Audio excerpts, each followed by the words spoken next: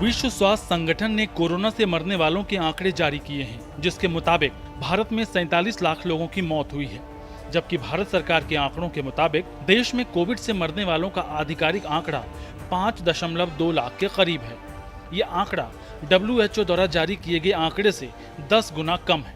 आपको जानकर हैरानी होगी कि भारत में मृतकों की संख्या को लेकर WHO ने जो डाटा दिया है, वो संख्या दुनिया भर में हुई मौतों की 1/3 है। WHO ने इस आकलन के लिए अलग तरीके का इस्तेमाल किया है।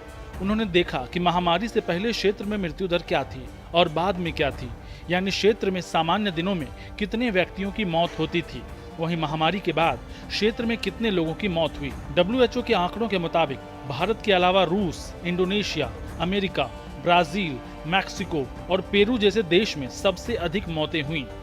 रूस में दर्ज मौतों से 3.5 गुना ज्यादा मौतें बताई गई हैं। वहीं चीन में सबसे कम मृत्यु दर बताया गया है। ये सच है कि आबादी के मामले में चीन भले ही नंबर 1 पर है, लेकिन वो अभी भी देश में जीरो कोविड नीति का पालन कर रहे हैं। हालांकि भारत सरकार ने उनके दावे पर सवाल खड़े किए हैं। उनका कहना है कि आंकड़े निकालने की प्रक्रिया, कार्य प्रणाली और परिणाम को लेकर हमने आपत्ति की थी। इसके बावजूद WHO ने अतिरिक्त मृत्यु दर का अनुमान जारी किया है। बता दें, भारत में दूसरी लहर के दौरान डेल्टा वेरिएंट के कारण सबसे अधिक मौतें हुई थी। इस दौरान कोरोना से होने वाली मौत को लेकर कई सवाल उठते रहे। मसलन, क्या सिर्फ अस्पताल में मरने वाले मरीजों को ही कोरोना संक्रमित माना गया? घर में जिन मरीजों की मौत हुई, कई बार उनका टेस्ट तक नहीं करवाया जा सका। कई मामले ऐसे भी देखे गए जब मृतक की लाश जलाने के बाद उसकी कोरोना रिपोर्ट पॉजिटिव आई।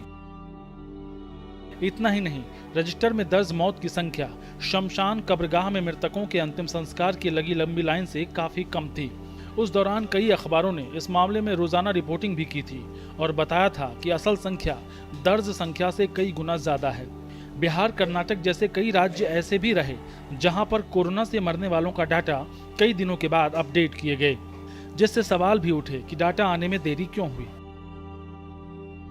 प्रयागराज में गंगा किनारे जिस तरह लाशें दफन की गई थी, उसको लेकर भी सवाल उठे कि ये कौन लोग हैं, क्या इनके आंकड़े सरकारी दस्तावेजों में दर्ज हैं? हालांकि तब इसे प्रथा का नाम देकर बताया गया कि गरीब लोग जो अंतिम संस्कार नहीं कर पाते हैं, वो इसी तरह लाश को दफनाते हैं। सवाल उठता है कि तब इतनी लाशें, लेकिन इन दिनों लाशों का कोई नामो निशान नहीं। कुल मिलाकर देखें तो सरकारी आंकड़ों को लेकर पहले भी कई खामियां बताई गई थी। इसके बावजूद मौत को लेकर सभी राज्य सरकारें सही डाटा देने में विफल रही है। केंद्र सरकार के आंकड़ों को लेकर भी मीडिया सवाल उठाती रही है। कोरोना से होने वाली मौत की सही जानकारी लेने के लिए सर्वे एजेंसी सी वोटर ने 1.40 लाख लोगों को कॉल किया और उनसे कुछ सवाल पूछे, जैसे कि क्या उनके घर में मौत हुई है, मौत कब हुई, उनकी मौत कोविड से हुई या किसी अन्य वजह से।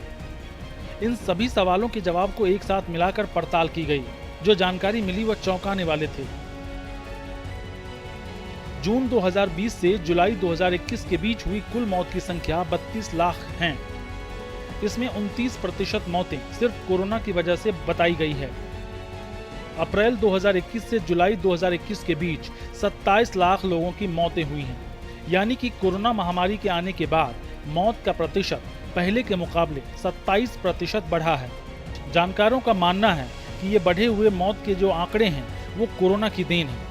सरकारी आंकड़ों में भी, सिविल रजिस्ट्रेशन डाटा में भी 26% ज्यादा डेथ सर्टिफिकेट जारी किए गए हैं। सितंबर 2021 तक सरकारी आंकड़ों से 6 गुना ज्यादा मौतें बताई गई हैं। WHO से पहले न्यूयॉर्क टाइम्स ने भारत में 42 लाख मौत की आशंका जताई थी। द न्यूयॉर्क टाइम्स ने जून 2021 में एक्सपर्ट्स के साथ मिलकर मौत के सही आंकड़ों का अनुमान लगाने के लिए महामारी को 3 स्थितियों में बांटा: सामान्य, खराब और बेहद खराब। सबसे खराब स्थिति में भारत में 70 करोड़ लोगों के संक्रमित होने और 42 लाख लोगों की मौत का अनुमान लगाया गया था। गौरतलब है कि पिछले महीने ही गुजरात के जामनगर में WHO global centre for traditional medicine का उद्घाटन किया गया है। इस मौके पर PM मोदी के साथ WHO के महानिदेशक डॉक्टर टेड्रोस भी मौजूद थे। तो ऐसा भी नहीं कहा जा सकता कि भारत को लेकर WHO का रवैया ठीक नहीं है और चीन उनका ज्यादा करीबी है। ऐसे में सवाल एक बार फिर से भारत सरकार के सरकारी आंकड़ों को लेकर ही उठते हैं।